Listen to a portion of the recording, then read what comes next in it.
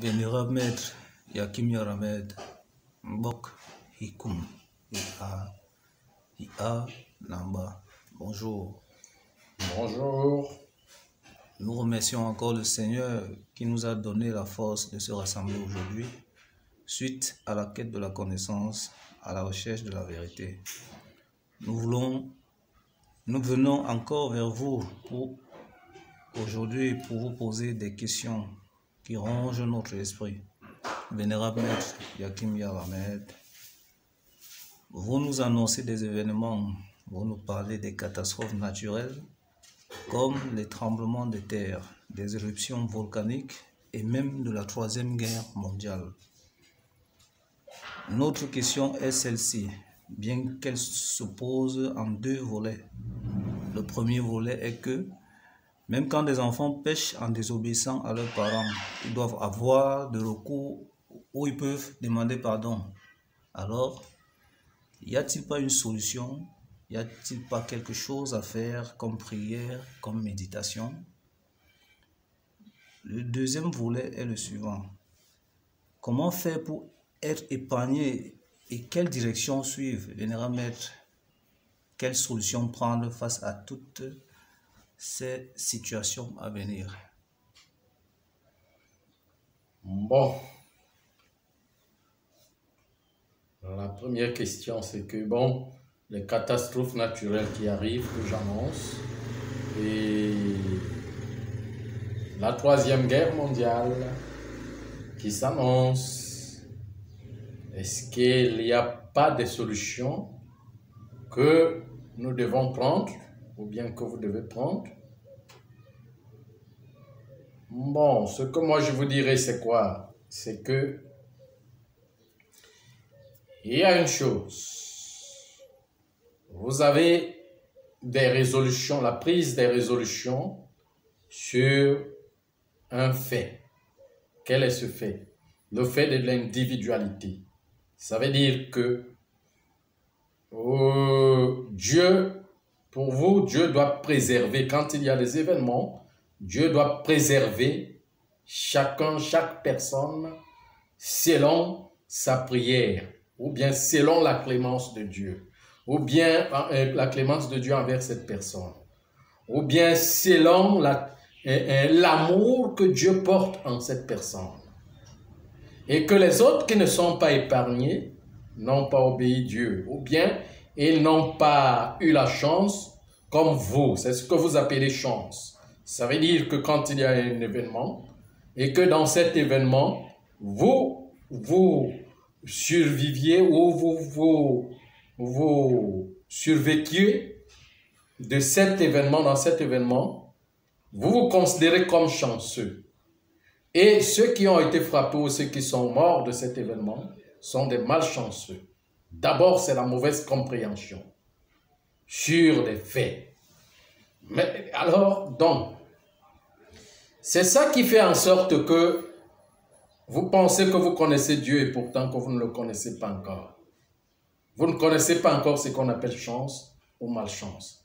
Et vous pensez que ceux qui sont là, qui sont frappés par les fléaux des événements et qu'ils meurent, ils vont, par exemple, peut-être aller en enfer ou quoi que ce soit, je ne sais pas. Peut-être qu'ils vont dans un endroit où il n'y a pas de vie. Et que vous qui êtes restés, vous êtes chanceux, la vie tourne autour de vous. C'est la mauvaise compréhension des choses. La mauvaise compréhension des choses. Ça veut dire que vous voulez arrêter le temps selon la capacité de votre désir. Vous voulez arrêter le temps selon l'impression de ce que vous aimez, selon l'impression de votre désir. Et de cela, vous ne connaissez pas le temps. Vous ne connaissez pas les choses qui se passent. Vous voyez. Maintenant, ce que je veux vous dire, c'est que tout ce que vous faisiez, ou nous faisions ici, sont marqués par des expériences. Marqués par des expériences sur la formalité humaine dans son règne. Et que quand le règne divin doit se passer, et le règne humain doit quitter pour passer au règne divin, c'est l'ensemble. Et personne n'est épargné par rapport à cela. Il n'y a pas de résolution physique sur des... Comment je peux appeler ça? Sur l'impression de la vie humaine que vous avez formée sur place. Ça veut dire que, oh Seigneur, sauve-moi. Moi, le moi là, sauve-moi. Et que celui qui est mort n'est pas sauvé. Non. Ne regardez plus les choses de cet angle. Ne regardez plus les choses de cette façon-là, sinon ces événements vont beaucoup vous décevoir. D'ailleurs, ces événements sont en train de venir pour vous décevoir. Pour décevoir votre conception, votre idéologie humaine. Je ne sais pas si vous comprenez. Donc, ce que je peux vous dire, c'est que il n'y a pas de prière ni de résolution qui peuvent arrêter des événements de la fin d'un règne. Je ne suis pas là pour vous dire que faites tel ou bien, je suis en train de vous apporter les résolutions. Je ne suis pas venu pour vous apporter les résolutions sur l'état de ce règne. Faites des prières, faites des méditations, faites ceci et cela, vous serez sauvés. Non. Je ne suis pas un vendeur d'illusions.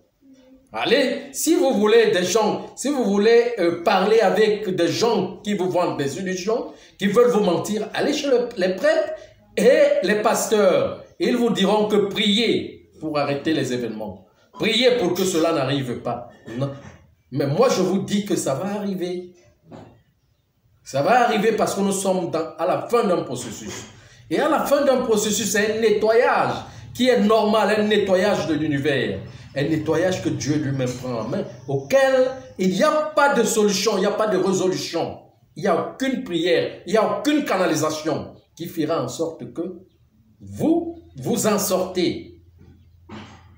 Vous voyez. Mais le problème est que ce que moi je veux vous apprendre, c'est quoi? C'est que je vous informe que quand vous voyez déjà des problèmes, des catastrophes, des problèmes arriver chez les autres, dans d'autres pays, sachez que ces événements veulent vous dire qu'ils avancent vers tout le monde. Ça veut dire que si vous voyez telle maison être dans un fléau, être attaquée par des phénomènes naturels, hein, dites-vous que c'est aussi en train de venir chez vous. Sans condition. Inconditionnellement. On ne conditionne pas ces phénomènes. On ne conditionne pas ces événements. Mais c'est ce que les maçons sont en train de faire aujourd'hui. Ils voient des catastrophes venir, ils voient des problèmes venir, mais ils veulent les contrôler avec l'idéologie humaine, avec le rite qu'ils veulent faire. Mais ça ne va pas agir. Il n'y a rien là-dedans. Vous comprenez ce que je suis en train de dire? Donc, il n'y a aucun événement, aucune prière, aucune méditation, aucune connexion qui pourra arrêter les événements de la fin. La fin, c'est la fin. Maintenant, plutôt, ce que vous devez apprendre, c'est comment affronter cela. Comment affronter cela? Tout simplement, la prière ou la méditation que vous devez faire, c'est de demander à la nature de vous donner la force. La force de pouvoir, comment je peux appeler ça, de pouvoir avoir le mental, la foi. Parce que quand on parle même de la foi même c'est quoi? La croyance en Dieu c'est quoi? C'est la traversée du feu. C'est la traversée des grandes épreuves de la vie. C'est là où est constituée toute la foi. Vous voyez, donc si et seulement si vous entendez un conseiller, le conseiller comme moi qui vient vous donner des conseils, ci-dessus, qui regarde la prière, qui regarde les méditations, qui vont arrêter les phénomènes naturels, oubliez ça. Mais si bien que je viens vous donner des connexions qui pourront vous faire en sorte que vous soyez, comment je peux appeler ça, vous saoulez de l'alcool naturel étant ivre. Vous saoulez de l'alcool naturel étant ivre. Ça veut dire que être capable d'affronter des événements. Mais c'est ce qu'on appelle le vin en soi. Ça veut dire que vous devez sacrer, vous devez travailler avec le vin sacré. Et le vin, ce vin sacré, c'est quoi? C'est que vous vous nourrissez de ce qui est naturel. Et le lien avec la prière et la méditation qui amène à affronter ces événements, à affronter ces phénomènes.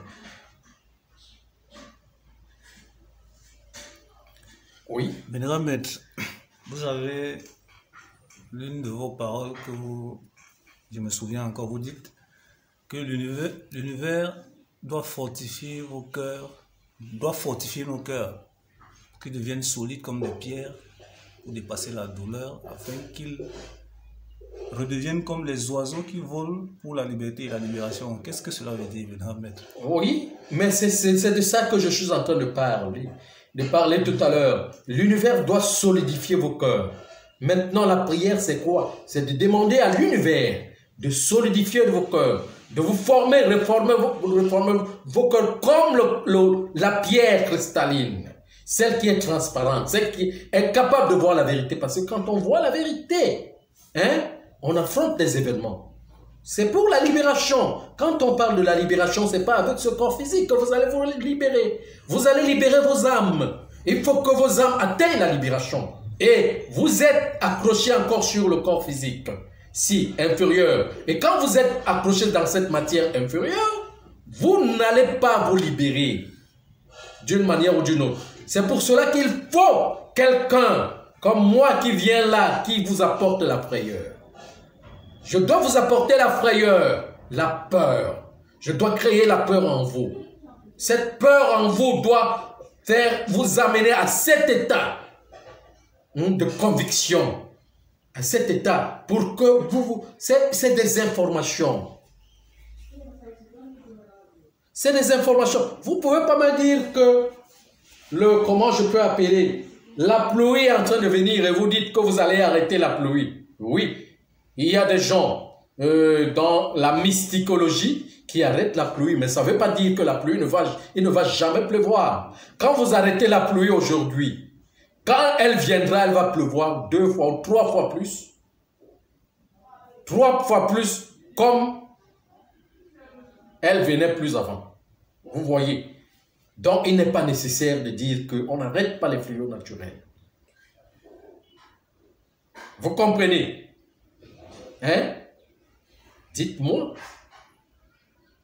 un peu comment vous allez faire. Ça, c'est de l'illusion. Vous comprenez? Bon, maintenant, allez dans quelle direction? Le cœur. Quelle direction vous allez prendre pour être épargné? C'est le cœur. Vous allez reprendre la direction de votre cœur. Vous comprenez ce que je suis en train de dire? C'est la seule direction. Le cœur de chacun de vous. Vous devez reprendre la direction du cœur. La direction interne de l'intérieur. Vous voyez? Maintenant, être épargné des événements qui viennent, c'est vivre dans la liberté dans son cœur. Son cœur doit devenir léger. Comme une plume. Quand ce cœur est léger, déjà, vous attendez, vous vivez l'heure, le jour, et à tout moment, vous savez ce qui arrive. Vous voyez, donc ça, tout ce que vous parlez là, vous demandez, c'est des prières égoïstes. C'est des prières égocentriques. C'est des méditations égoïstes. C'est des méditations égocentriques. Parce que je sais que quand chaque personne prie, on médite, il prie pour le bien-être de son corps physique. Soit pour être épargné sur un événement, soit pour avoir quelque chose sur le plan physique. Personne n'a jamais prié pour attendre la mort. Personne n'a jamais prié ou médité pour attendre, quitter ce monde, pour partir. Non, c'est pour dire toujours pour être épargné. Et maintenant, ceux qui sont morts, ça veut dire que Dieu ne les aime pas. Vous, il vous épargne et les autres, il ne les a pas épargnés. C'est ça le problème. Non, c'est pas ça. C'est pas ça la réalité. Et quand vous surviviez même, que vous êtes là, parce que qu'est-ce que vous appelez vie même? Vous surviviez, donc vous mourrez et que la vie ne continue plus? Non, c'est pas réel, c'est pas vrai. Et quand vous êtes même, vous dites même que vous êtes épargné, vous voulez être épargné pour devenir quoi? Individualiste, tout simplement. Mais pas dans la collectivité. Là où il y a des problèmes, des épreuves, même la mort, personne, les gens ne circulent pas à cet endroit. Les personnes ne tournent pas à cet endroit. Seulement là où il y a à manger, il y a à boire, il y a ceci, cela. C'est de l'individualité. Il faut accepter Dieu tel qu'il est, de toutes ses formes. Je ne sais pas si vous comprenez. C'est Dieu qui a créé la nature. C'est Dieu qui a créé la terre. C'est Dieu qui a créé toute la nature. C'est Dieu qui crée la vie. C'est Dieu qui est la vie. C'est Dieu qui est la mort. Il faut le comprendre. Donc, ça veut dire que ceux qui quittent et s'en vont, vont continuer la vie ailleurs.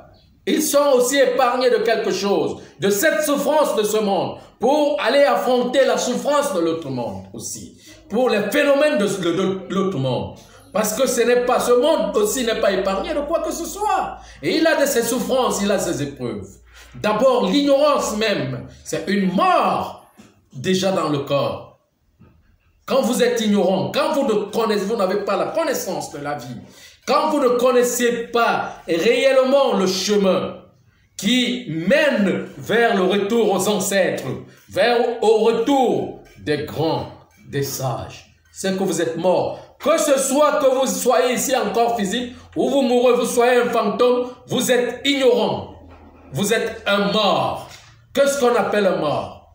Le mort, c'est celui qui vit sans connaissance, sans connaître qui il est, sans connaître là où il vient, sans connaître son monde, sans connaître pourquoi il est là, sans connaître ce qu'il doit faire. Il fait des choses selon le programme des autres, selon l'idéologie que les autres ont mis en place, selon la société, l'entreprise que les autres ont mis en place. C'est tout.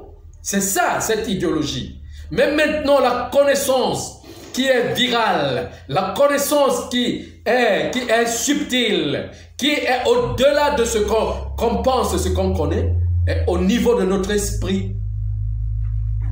Vous voyez, au niveau de notre esprit, au niveau supérieur. Donc la direction, c'est le cœur. Vous reprenez l'intérieur et votre cœur.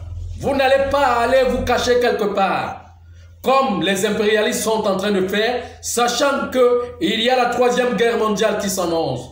Et ils se sont fait des pays, ils ont localisé les pays en Afrique et dans les îles, là où ils vont aller vivre. Mais ils ne seront pas, personne ne sera épargné de ça. Vous voyez, même si et seulement s'il y avait la possibilité d'aller se réfugier dans une autre planète, peut-être dans la planète Mars, et il n'y a pas de possibilité. Pourquoi? Parce que même la planète Mars va se régénérer d'une manière ou d'une autre avec son corps physique. Mais le corps métaphysique de tous les cosmos sont établis.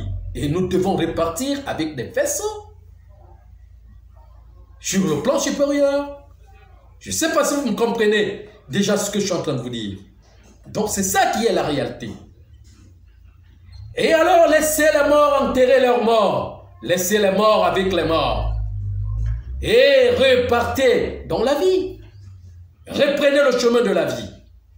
Et attendez, je vais vous poser la question. C'est vous qui dites que Dieu, il est qui? Il est quoi? Hein? C'est vous qui dites que Dieu est esprit. Bon, vous vivez plus que lui, qui est esprit. Vous êtes dans le corps, vous vivez donc plus que Dieu. Dites-moi, réellement, est-ce que vous vivez plus que Dieu? Vous avez la vie, puisque c'est Dieu qui a la vie. Mais c'est vous qui dites que Dieu est esprit. S'il faut maintenant retrouver l'esprit, mais c'est retrouver la vie elle-même dans la réalité. Vous voulez être épargné de quoi? Vous voulez être épargné de quoi? Est-ce que vous êtes en sécurité? Vous avez la sécurité? Vous avez la paix en vous? Vous êtes encore des petites créatures de cette progéniture qui n'ont pas encore, qui ne se sont pas encore manifestées, qui sont dans la non-manifestation qu'on est, que la nature est en train de créer, de faire développer. Vous voyez, donc quand il y a des choses, ce qu'on doit vous apprendre, c'est de temps. Il est 6 heures, c'est le temps de tel. Il est midi, c'est le temps de tel. Il est 18 heures, c'est le temps de tel. Il est minuit, c'est le temps de tel. Le temps pour se réveiller, le temps pour dormir, le temps pour vivre avec ce corps, le temps pour le quitter et aller vivre dans le monde plus haut, plus majestueux. Vous voyez ce que je suis en train de vous dire. Donc c'est ça. Vous serez épargné par le cœur. Rentrez dans votre cœur. Moi, je suis épargné. Vous allez me demander comment. Je suis épargné. Je suis épargné parce que je suis libre. Je ne sens plus cette lourdeur en moi. Cette grande lourdeur en moi, cette grande charge en moi, qui se révèle de l'état de l'ignorance. Alors même maintenant que ça arrive qu'il faut que je quitte ce corps, je le quitterai librement, avec toute la joie. C'est ça qu'on appelle épargner, être épargné. C'est voir la réalité, voir le monde réel. Pas des prières et des méditations égoïstes qui font en sorte qu'ils voient que les autres sont chanceux et les autres ne sont pas chanceux. Parce qu'ils vivent dans le corps physique qui est douloureux, qui est même qu'on appelle la mort, et puis les autres qui sont quittés et sont partis ne sont pas chanceux. Mais c'est l'âme qui est à l'intérieur de ce corps qui parle. Mais ce n'est pas ce corps, il anime ce corps, mais ce corps lui-même n'en est rien d'autre utilisable pour un temps, c'est tout.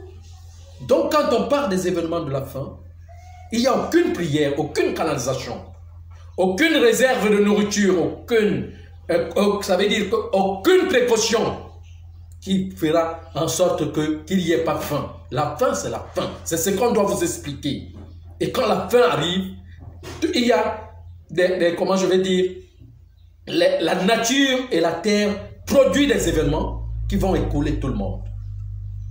Vague par vague, petit à petit, doucement, doucement. Et tout le monde partira. Vous voyez? Alors, vous avez encore une autre question? Oui, Vénérable Maître, je vais vous demander plutôt un conseil. Si quelqu'un vous fait du mal, Vénérable Maître, quelle est la meilleure façon de se défendre, c'est-à-dire la légitime défense, sans toutefois lui faire du mal? Et qu'est-ce qu'on appelle même légitime défense? Bon, votre question est un peu complexe parce que on ne peut pas mesurer des humeurs. Chaque jour a ses humeurs. On ne peut pas mesurer les humeurs. Mais le mal fait mal. Si quelqu'un te donne un coup de poing, ce coup de poing te fera mal. Et tu vas réagir comment? Tu vas réagir à l'état de la colère. Hein? C'est pas mauvais de réagir à l'état de la colère. Tout ce qui vous disent que c'est mauvais de réagir à l'état de l'ego, de ceci, de cela, ne comprennent pas. Quand l'humeur vient, que vous réagissez à cet état, c'est normal que vous réagissez à cet état parce que l'état de la conscience n'est pas là encore. Vous voyez, l'état de la conscience n'est pas encore là. Et alors, le conseil que je peux vous donner, c'est que réagissez comme vous réagissez. Parce que si moi je vous dis que non, si on vous donne un coup de poing ou bien on vous fait quoi, laissez la personne. Mais quand vous serez sur le terrain, c'est la façon que ce coup de poing viendra. que vous serez en train de faire. La légitime défense est normale. Quelqu'un ne peut pas venir commencer vouloir vous tuer ou que vous laissez la personne vous tuer. C'est encore même de l'ego. C'est encore même... La loi interdit cela. La loi cosmique interdit cela. Que quelqu'un vienne vous tuer ou que vous ne vous défendez pas. C'est vous qui aurez tort. C'est un suicide. C'est un suicide. Sauf si vous n'avez pas de force. Ou bien la nature vous n'a pas donné l'opportunité d'agir. Vous voyez ce que je suis en train de dire. C'est deux affrontements qui créent l'état de choc. Et même dans la nature le fait. Il y a affrontement qui crée les tonnerres, les bruits. Quand l'eau vient taper sur le rocher, il y a du bruit. Et ça sera toujours.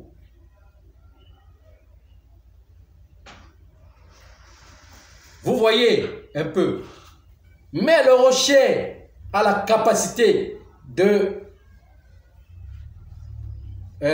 contenir l'eau qui frappe sur elle. Et l'eau coule aussi, doucement. Vous voyez un peu ce que je suis en train de dire.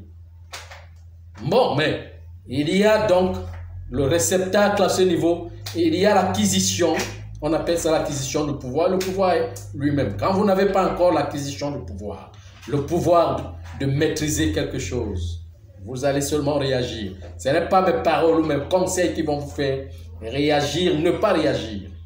Parce qu'il y a des phénomènes où on peut vous dire de faire quelque chose que vous vous mortifiez. Se mortifier n'est pas l'ego qui est mort, ou bien n'est pas l'ego qui s'envole. On le cache, on l'enferme, mais on ne doit pas enfermer l'ego. Attendez, si et seulement si vous avez une plaie et que vous ne voulez renfermer cette plaie, que ça ne se matérialise pas, vous allez savoir que vous avez la plaie comment, ou bien vous allez soigner la plaie comment. Est-ce que la maladie doit rester à l'intérieur ou bien ça doit sortir? Mais c'est quand l'ego sort que vous vous rendez compte que vous avez cette personnalité en vous. La maladie ne doit pas rester à l'intérieur. On ne doit pas cacher la maladie. On ne doit pas mortifier la maladie. On doit faire en sorte que la maladie doit s'exprimer. Mais l'ego, le mal, c'est l'ego qui est la maladie. Elle doit sortir dehors pour s'en rendre compte qu'elle est là et puis chercher à la soigner. Vous comprenez ce que je suis en train de vous dire? Donc c'est ça. Merci, Vénérable Maître.